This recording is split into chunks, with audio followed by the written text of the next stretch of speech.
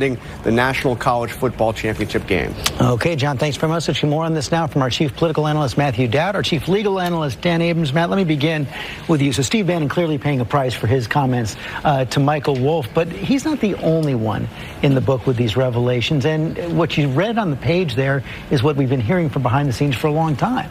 I have to say, every time I hear stable genius, I smile because it feels like it's Tom Smith, the horse trainer from Seabiscuit, when you talk about a stable genius. I think this is an unbelievable breakup we've seen in this. I think that we haven't seen a breakup in this kind of celebrity sort of thing, and probably since Dean Martin and Jerry Lewis. It's probably going to take years to fix.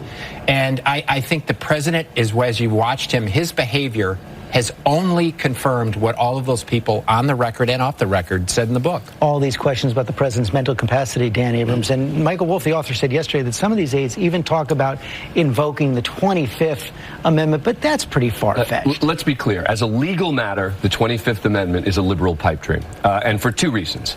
Number one, the amendment was enacted post-John Kennedy being shot, and the fear was there's going to be a president who's in a coma. What are we going to do? Now, some are going to say, this is the same. Okay.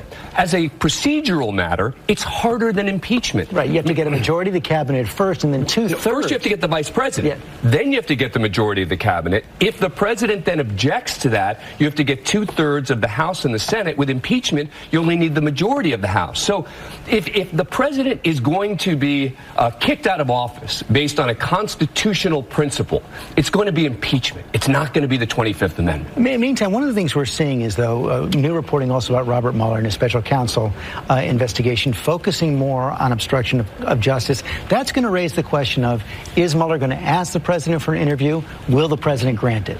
I think Mueller is going to ask the president for an interview, and I don't think the president's going to grant it. My guess is that his lawyers are going to offer to submit some sort of written statement, something that assures them that he didn't do anything wrong. That's not what Mueller wants. Mueller doesn't want some statement from the president. He wants to be able to sit across the table from him or have one of his investigators do it, ask him questions, see what the responses are, follow up with additional questions, and be able to ask about any topic that they want. In my view, there's no way that's going to happen.